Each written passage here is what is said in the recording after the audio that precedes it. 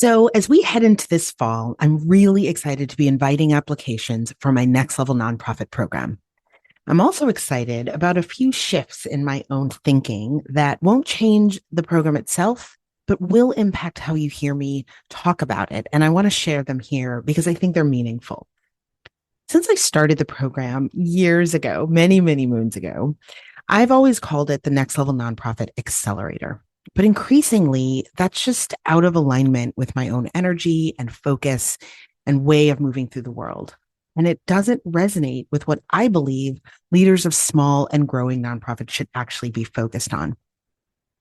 I work with deeply committed, incredible leaders inside this program. And the thing they need is not to accelerate their growth.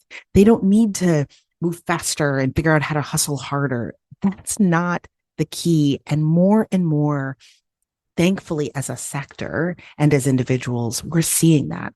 Hustle harder is not the key. Leading and growing an impactful organization is about sustainable growth.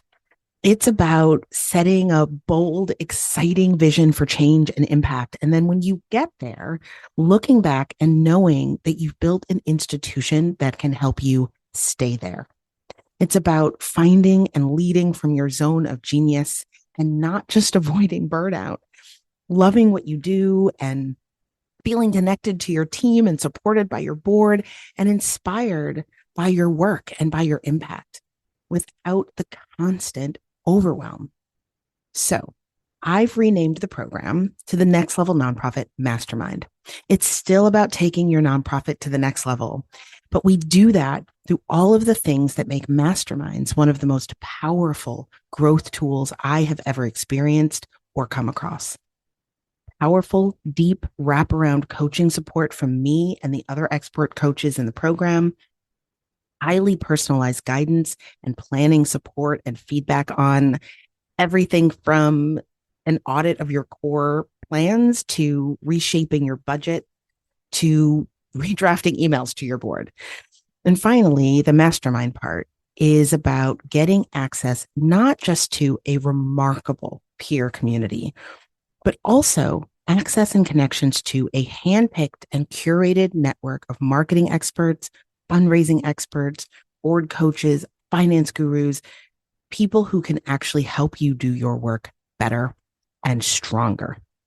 So the core of the program hasn't changed, just that I'm renaming it to reflect what I think is its true gift and its true power. If you would like to apply to work with me and the coaches inside the Next Level Nonprofit Mastermind, you can apply at BrookeRichie-Babbage.com/Next Level Nonprofit. Hello, I'm doing something a little bit special this week. I'm previewing a snippet from the private Q&A style coaching podcast inside my new program for nonprofit founders. It's called Nonprofit Startups Demystified. My goal is to help demystify the seemingly chaotic process of starting a new nonprofit by responding every week directly to the questions and challenges that members submit on the private podcast inside the membership. Members also get a weekly startup toolkit focused on strategy, fundraising, board and staff, or program and impact. So if you're a founder, you can join the waitlist at BrookeRichie-Babbage.com/nonprofit founder. And if you're listening live, the membership goes live on November 15th. Here is a taste of one of the private podcasts. Hey there, changemakers. Welcome back to another episode of the Nonprofit Startups Demystified private podcast. This is the exclusive podcast where your burning questions get answered. I'm your host, Brooke Richie-Babbage, and I have seen it all. 25 years in the game as a two-time founder, nonprofit leader, professor, and strategist. I've worn every hat you can imagine in the nonprofit space. And my goal is to share that treasure trove of experience with you.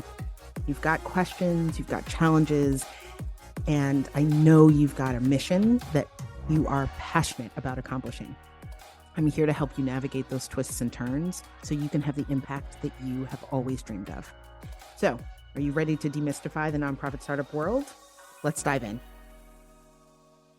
We've got some great questions this week. As always, the table of contents for these questions by theme is in your inbox along with your weekly startup toolkit. and they've been added to the searchable library. Our first question is from Sandra. Sandra says, I have 2 mission statements for a nonprofit that I want to start. And the actual text for the mission statements are going to be shared in the library. I won't read them here because they're a little bit long. I can't decide between them, and this feels really important. From your experience, which do you feel resonates more powerfully and is likely to get more community and donor support faster and more easily? So that is a great question.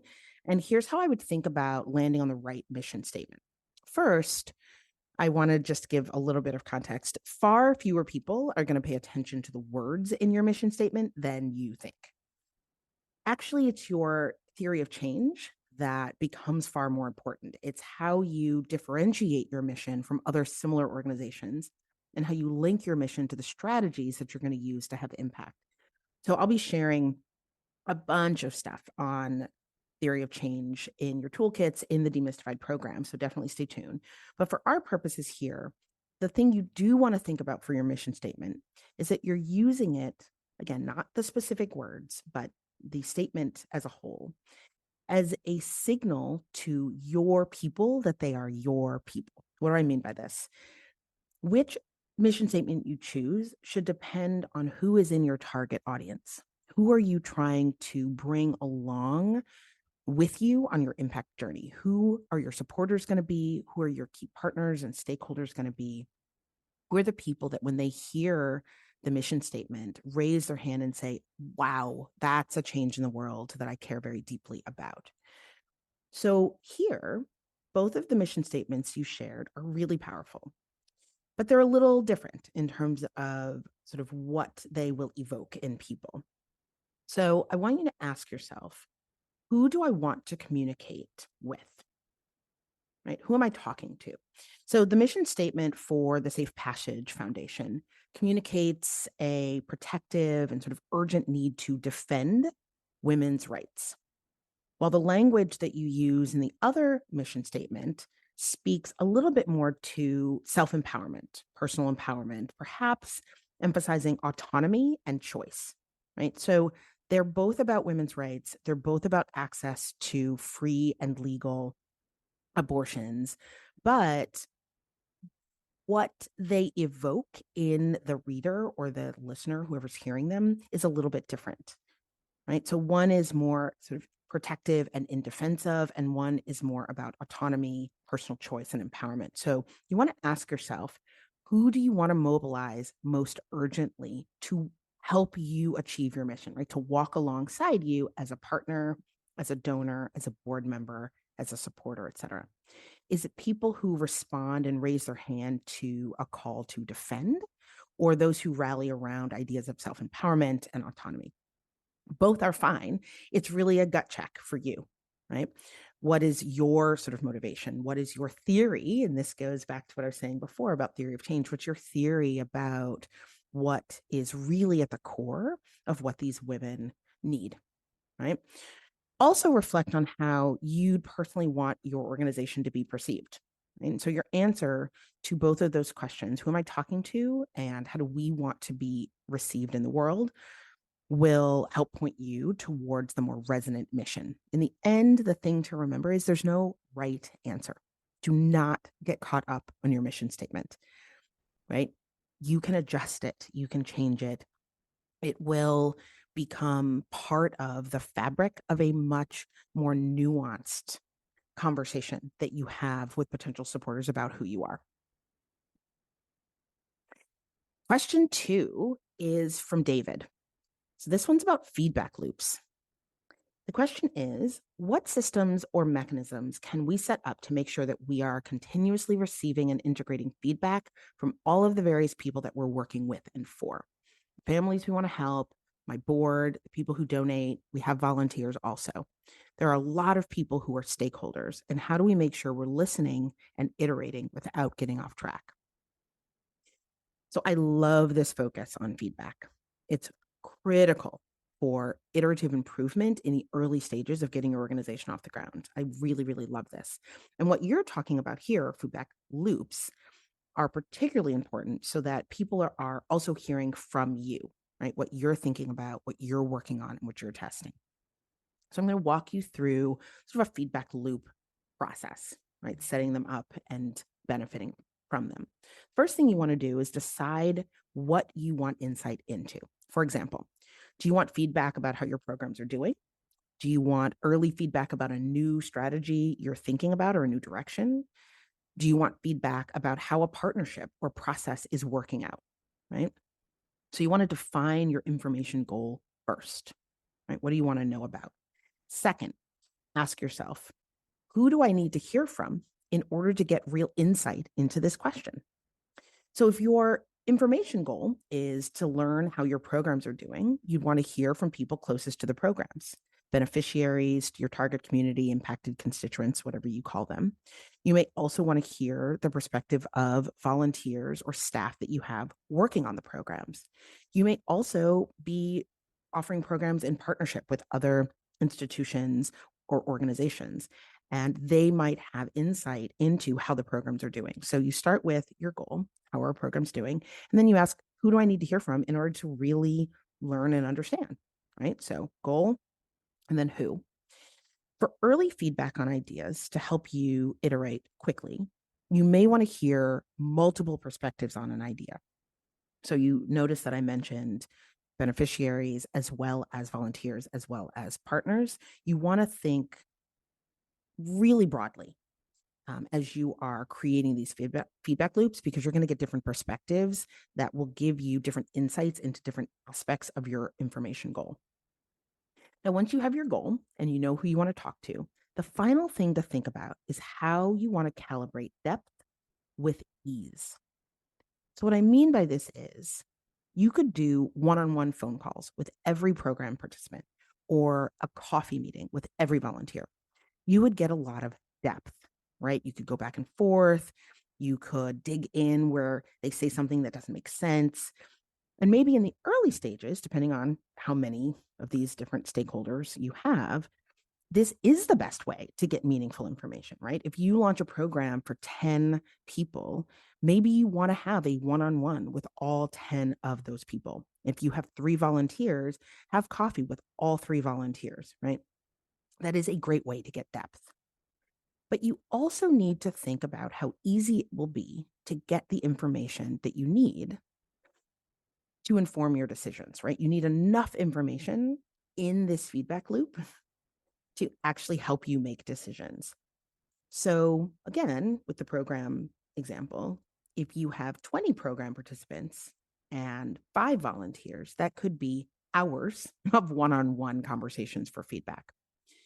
Now, the opposite extreme are things like surveys and questionnaires. They are super, super easy to share and collect, and you can gather a lot of information if you can get people to respond to them. The problem with these is that you often lose depth and nuance because you're not actually in real conversation, back and forth conversation, multi-dimensional conversation with the people who fill these things out. So you want to calibrate depth and ease. And my recommendation is to actually use a combination of the following, and ask yourself along the way, what's the right balance here of depth with ease? So here are some options to combine. These are roughly in order of the most depth to the least depth. So one-on-one conversations we talked about, one-on-one email exchanges or text exchanges sometimes work really well also. So you can email individuals one-on-one and ask for feedback in response to specific questions or a set of questions by email or by text. And you can get a little bit of the back and forth, right? Focus groups, which are small and targeted, can be excellent. You can do single stakeholder focus groups where it's all program participants or all volunteers or all partners or all board members. You can also mix, right? You could do 1 or 2 focus groups where you have a mix of stakeholders so they get to hear from one another. Those can be really powerful as well. Town hall meetings serve a similar purpose, lots of voices in the room, but they are bigger, right? So you have more voices. Things like feedback boxes in physical locations and feedback space on your website are an excellent way to get more unidirectional, right? You just ask for feedback and then people send it your way. Surveys, you can do these on paper or use digital survey tools. Google Forms is excellent. Typeform is really pretty. SurveyMonkey, if you want more sort of data-driven feedback. And there are some great digital survey tools that people can actually use on their phones. And then finally, text-based surveys, right? So if you do online surveys, you can ask more questions. Text-based surveys work well for 1 or 2 survey responses. And these work really, I think, I'm not going to say a lot better. They often, you will get more responses. So we've moved from sort of the in-depth one-on-one to the text-based surveys. So my recommendation, just to recap, would be, what is the information goal? Who do you need to hear from? And then how do you want to calibrate depth with ease? So that's a small snippet from the weekly private podcast Inside Nonprofit Startups Demystified. And like I said, if you're a startup founder in your startup phase, join the waitlist and you can start submitting your questions right away. You'll also get the weekly startup toolkit that goes along with these coaching lessons. You can sign up at brookeritchiebabbage.com/nonprofit founder. Thank you for joining me for this week's episode of the Nonprofit Mastermind podcast. I always have so much fun doing these episodes. Definitely check out the links to all of the goodies that I mentioned in this episode. You can get that at brookeritchiebabbage.com/podcast for the show notes. And if you enjoyed this episode and think that you have a friend or colleague who would also enjoy, I would love if you would leave a review and share. Have a great week.